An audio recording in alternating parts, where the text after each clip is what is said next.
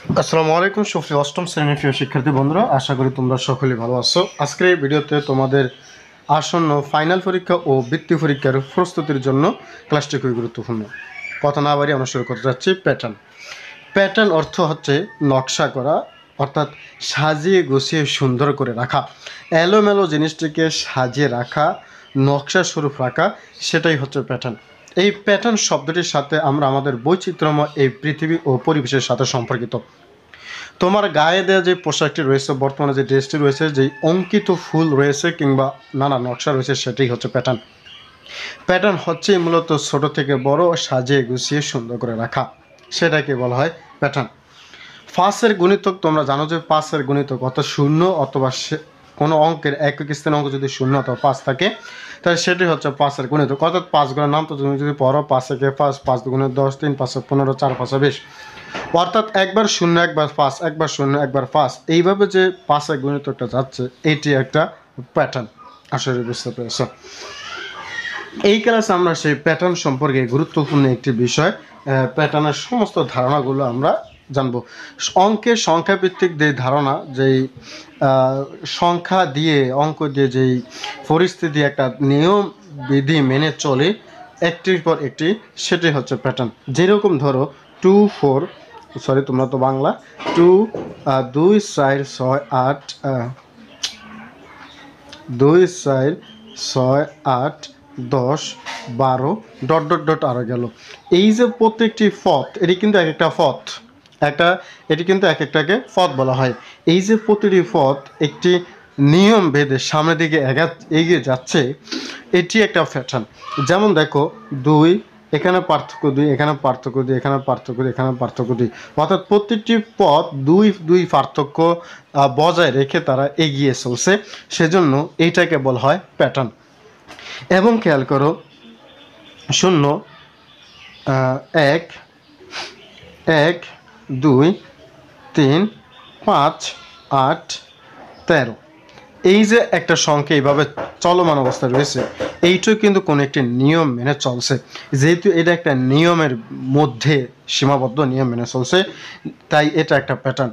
এটা সাজিয়ে গুছিয়ে সুন্দরভাবে একটি এলোমেলো নয়, বরং সুন্দরভাবে একটি পরিস্ফুট হয়ে চলছে, তাই এটাকে বলা হয় প্যাটার্ন। আর এই সংখ্যাটাকে বলা হয় ফিবোনাক্কি সংখ্যা। অর্থাৎ ফর দুটি সংখ্যার যোগফল যদি পরবর্তী সংখ্যাটির সমান হয় তাহলে সেটা হচ্ছে ফিবোনাক্কি সংখ্যা।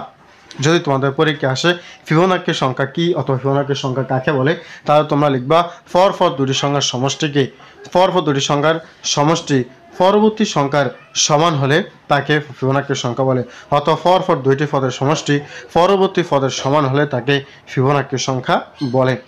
যেমন দেখো 0 আর 1 যোগ করলে আমরা 1 পাচ্ছি, এই 1 এ 1 যোগ করলে আমরা 2 পাচ্ছি, 2 আর 1 যোগ করলে আমরা 3 পাচ্ছি, আবার 3 আর 2 যোগ করলে 5 পাচ্ছি, এবং 5 আর 3 যোগ করলে 8 পাচ্ছি, 8 আর 5 যোগ করলে 13 পাচ্ছি, 13 8 যোগ করলে আমরা পাবো 21। পরবর্তী সংখ্যা এভাবে যাবে।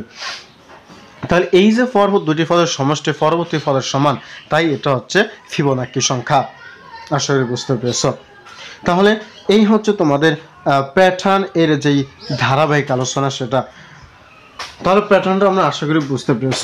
প্যাটার্নের মধ্যে সবচেয়ে গুরুত্বপূর্ণ একটা বিষয় হচ্ছে মৌলিক সংখ্যা। তোমাদের এই অধ্যায়ে পরবর্তী পার্টে রয়েছে মৌলিক সংখ্যা, স্বাভাবিক সংখ্যার প্যাটার্ন অর্থাৎ মৌলিক সংখ্যা। বন্ধুরা, মৌলিক সংখ্যা কাকে বলে? মৌলিক সংখ্যা হচ্ছে 1-এর চেয়ে বড়, এখানে লেখা আছে 1-এর চেয়ে বড় যেসব সংখ্যার 1 ও ওই সংখ্যাটি ছাড়া অন্য কোনো সংখ্যা গুণনীয়ক নাই, অর্থাৎ ভাগ করা যাবে না, তাকে বলা হয় মৌলিক সংখ্যা। আরও সংক্ষেপে যদি আমি আরও সহজভাবে যদি বলি, যে সকল সংখ্যাকে 1 এবং ওই সংখ্যা ছাড়া আর অন্য কোনো সংখ্যা দিয়ে ভাগ করা যায় না, তাদেরকে বলা হয় মৌলিক সংখ্যা। আর মৌলিক সংখ্যা বন্ধুরা নির্ণয় করতে হয় ইরাটোস্থেনিস ছাঁকনির সাহায্যে।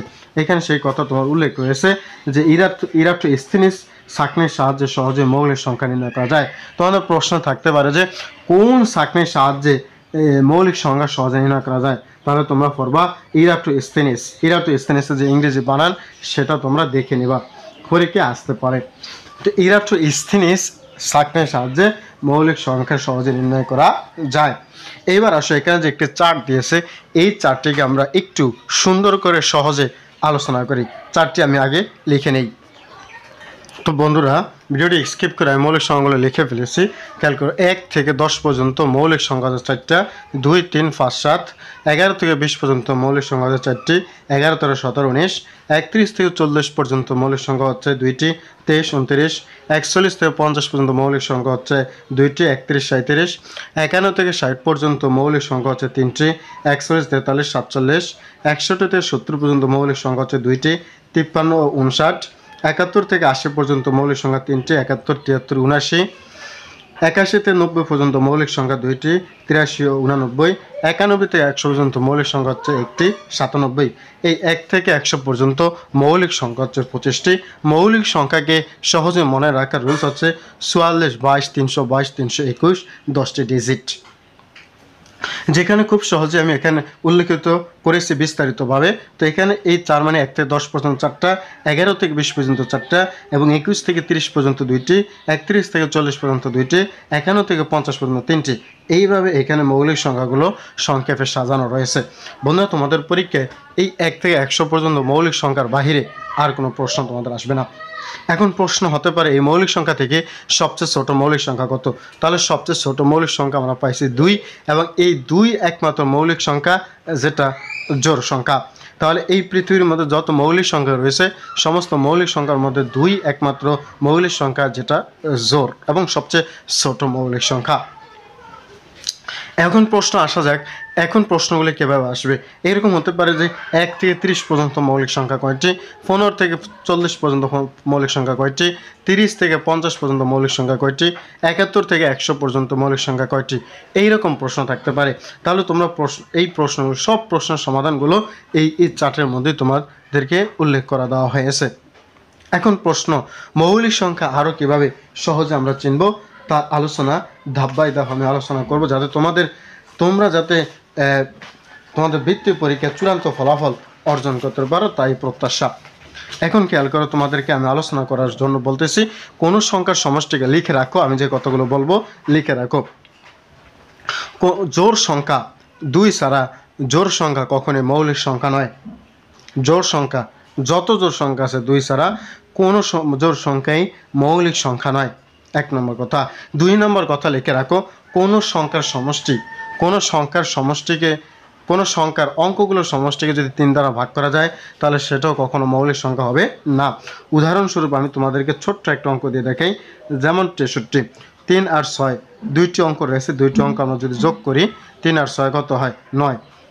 এই 9কে তোমরা কি 3 দ্বারা ভাগ করতে পারবা? হ্যাঁ, অবশ্যই 9কে 3 দ্বারা ভাগ করা যায়। 3 3 9। যেহেতু 9কে 3 দ্বারা ভাগ করা যায়, তাই 63 সংখ্যাটাকেও 3 দ্বারা ভাগ করা সম্ভব। যেহেতু 63 সংখ্যাকে 3 দ্বারা ভাগ করা সম্ভব, সেহেতু 63 সংখ্যাটা মৌলিক সংখ্যা নয়। একইভাবে আমি ছোটো ছোটো সংখ্যাগুলো দিয়ে দেখাচ্ছি। ধরো 27, এই 27কে তুমি যদি যোগ করো তাহলে 7 আর 2 পাচ্ছ 9। এই 9কে 3 দ্বারা ভাগ করা সম্ভব, সুতরাং এই 27 মৌলিক সংখ্যা নয়। এক কথায় যে সকল সংখ্যার অঙ্কগুলোর সমষ্টি 3 দ্বারা ভাগ করা যায় সেই সংখ্যাগুলো কিনা মৌলিক সংখ্যা না। 4 দ্বারা ভাগ করলে 4 দ্বারা সিস্টেম হচ্ছে যে সকল সংখ্যার শেষে ডাবল শূন্য থাকবে, অথবা যে সকল সংখ্যার একক ও দশক স্থানে অঙ্ক 2টি 4 দ্বারা ভাগ করা গেলে সেই সংখ্যাটি 4 দ্বারা ভাগ করা যাবে, সেটা মৌলিক সংখ্যা নয়। 4 দ্বারা ভাগ করা তোমার জানার প্রয়োজন নেই, শুধুমাত্র জানবা যে জোড় সংখ্যা হলে এটা কখনোই 2 দ্বারা কখনোই মৌলিক সংখ্যা হবে না। এবার আসো, কোনো সংখ্যার শেষে 0 অথবা 5 থাকলে, 0 থাকলে তো অবশ্যই মৌলিক সংখ্যা হবে না, কারণ সেটা জোড় সংখ্যা হয়ে যাবে। কোনো সংখ্যার একক স্থানের অঙ্কে 0 থাকলে সেটা অবশ্যই জোড় সংখ্যা, আর সেটা 2 দিয়ে যাবে না। কোনো সংখ্যার একক স্থানের অঙ্কে যদি 5 থাকে, মনে রাখবা 5 থাকে, তাহলে সেটা কোনচিত কালেও কখনোই সেটা মৌলিক সংখ্যা হবে না। যেমন খেয়াল করো, 3 8 9 7, শেষে আমি একটা 5 দিলাম। এই যে শেষে মানে একক স্থানীয় ঘরে একটা 5 রয়েছে, তাই এই পুরো সংখ্যাটা কি না মৌলিক সংখ্যা না। তাই তোমার 1 থেকে 100 পর্যন্ত 25টি মৌলিক সংখ্যার মধ্যে কোনো একটি মৌলিক সংখ্যার একক স্থানীয় অঙ্ক 5 পাবা না। 5 থাকলেই সেটা মৌলিক সংখ্যা হবে না। এবার আসো 7 দ্বারা আমরা চিন্তা করি। তো 7 দ্বারা চিন্তা করলে সেটা একটু অন্যরকম, আমরা চলে যাব। তো একটু 9 আসে। 9 কোনো সংখ্যার সমষ্টিকে যদি কোনো সংখ্যার সমষ্টিকে যদি 9 দ্বারা ভাগ করা যায় বন্ধুরা, সেই সংখ্যাটাও কিন্তু 9 দ্বারা, সেই সংখ্যাটা কিন্তু মৌলিক সংখ্যা হবে না। যেমন 63কে দেখো, 63 সংখ্যার যোগফল হচ্ছে 9, এটাকে 9 দ্বারা ভাগ করা যায়। 27 এই 27 সংখ্যাটির অঙ্কদের যোগফল হচ্ছে 9, তাই এই সংখ্যাটিকে 9 দ্বারা ভাগ করা যায়। যেহেতু এগুলোকে 9 দ্বারা ভাগ করা যায়, সুতরাং এই সংখ্যাটা 9 দ্বারা বিভাজ্য নয়। আশা করি 9 দ্বারা বিভাজ্য, সুতরাং এটি কি না, মৌলিক সংখ্যা না। আমি যে কথাগুলো বলেছি সেটা অবশ্যই তোমরা মনে রাখবা। 3 দ্বারা বিভাজ্য হচ্ছে সংখ্যাগুলো, অঙ্কগুলোর সমষ্টি। 3 দ্বারা ভাগ গেলে মৌলিক সংখ্যা নয়। জোড় সংখ্যা হলে সেটা মৌলিক সংখ্যা নয়। কোনো সংখ্যা একক স্থানের সংখ্যা 5 থেকে মৌলিক সংখ্যা নয়। কোনো সংখ্যার অঙ্কগুলোর সমষ্টি 9 দ্বারা ভাগ করলে সেটাও মৌলিক সংখ্যা নয়। এই হচ্ছে তোমাদের মৌলিক সংখ্যার চিনার পদ্ধতি। এইবার আসো তোমাদের যেই সংখ্যা নির্ণয়, অর্থাৎ কি বলে যে প্যাটার্ন নির্ণয় একটু আমরা অঙ্কগুলো করি। একটি প্যাটার্ন দিয়ে আমরা বাকি অঙ্কগুলো কীভাবে করব সেটাই তোমাদের দেখানোর পালা। একটু সহজ করে নেই, কষ্ট করে ক্লাস করতে হচ্ছে, খেয়াল করো। 5, 8, 11, 14, 17 এইভাবে তোমাদের প্যাটার্নটি যাচ্ছে। বলছে পরবর্তী 3টি সংখ্যা নির্ণয় করো। তো পরবর্তী 3টি সংখ্যা নির্ণয় করার জন্য আমরা এখানে প্রথমেই লিখব দেওয়া আছে প্যাটার্নগুলো অথবা প্রদত্ত সংখ্যাগুলো আমরা এখানে লিখে নেব। তো বন্ধুরা লক্ষ্য করো, অঙ্কটি আমরা করে ফেলেছি যে প্রদত্ত সংখ্যাগুলো 5, 8, 11, 14, 17 পার্থক্য বের করো। পার্থক্য কীভাবে বের করব? পরবর্তী পদ থেকে তার আগের পদ বিয়োগ করব, অর্থাৎ পরের পদ থেকে আগের পদ বিয়োগ। 8 থেকে 5 বিয়োগ 3, 11 থেকে 8 বিয়োগ করলে 3, 14 থেকে 11 বিয়োগ করলে 3, আবার তুমি যদি 17 থেকে 14 বিয়োগ করো তাও পাচ্ছ 3। তাহলে খেয়াল করো, প্রতিটি পদের পার্থক্য 3 করে বৃদ্ধি পাচ্ছে। সেজন্য আমরা লিখছি যে দেখা যাচ্ছে প্রতিবার পার্থক্য 3 করে বৃদ্ধি পাচ্ছে। পরবর্তী 3টি সংখ্যা কীভাবে বের করব? পরবর্তী 3টি সংখ্যা বের করার জন্য আমরা শেষ পদের সাথে প্রতিবার পার্থক্য যোগ করে দেব। তো 17-এর সাথে যদি আমরা 3 যোগ করি তাহলে বন্ধুরা পাচ্ছে 20। এবার শেষ পদ 20, 20-এর সাথে পার্থক্য যোগ করব 23, এবার শেষ পদ হচ্ছে 23, 23-এর সাথে আমরা পার্থক্য যোগ করব তাহলে হয় 26। এইভাবে আমাদেরকে পরবর্তী যত সংখ্যায় বের করতে বলুক না কেন, আমরা পার্থক্য নির্ণয় করার মাধ্যমে পরবর্তী সংখ্যাগুলো এভাবেই নির্ণয় করব। বন্ধুরা আজকের এই ক্লাসটি এ পর্যন্তই থাক। পরবর্তী ক্লাসে আমরা সমষ্টি নির্ণয় দেখাবো এবং বীজগাণিতিক যে রাশি রয়েছে সেই বীজগাণিতিক রাশি নির্ণয় থেকে সমষ্টি কিভাবে নির্ণয় করব সেইটাও আমরা পরবর্তী ক্লাসে দেখাবো। খুব দ্রুতই ক্লাসটি আপলোড হবে। প্লাস এমসিকিউ কীভাবে আমরা শর্ট টেকনিকে একদম 5 থেকে 7 সেকেন্ড অ্যান্সার করতে পারবো সেই টেকনিকও দেখানো হবে। তাই ক্লাসগুলো পাওয়ার জন্য অবশ্যই সাথে থাকবে। ধন্যবাদ সকলকে। আল্লাহ হাফেজ। আসসালামু আলাইকুম।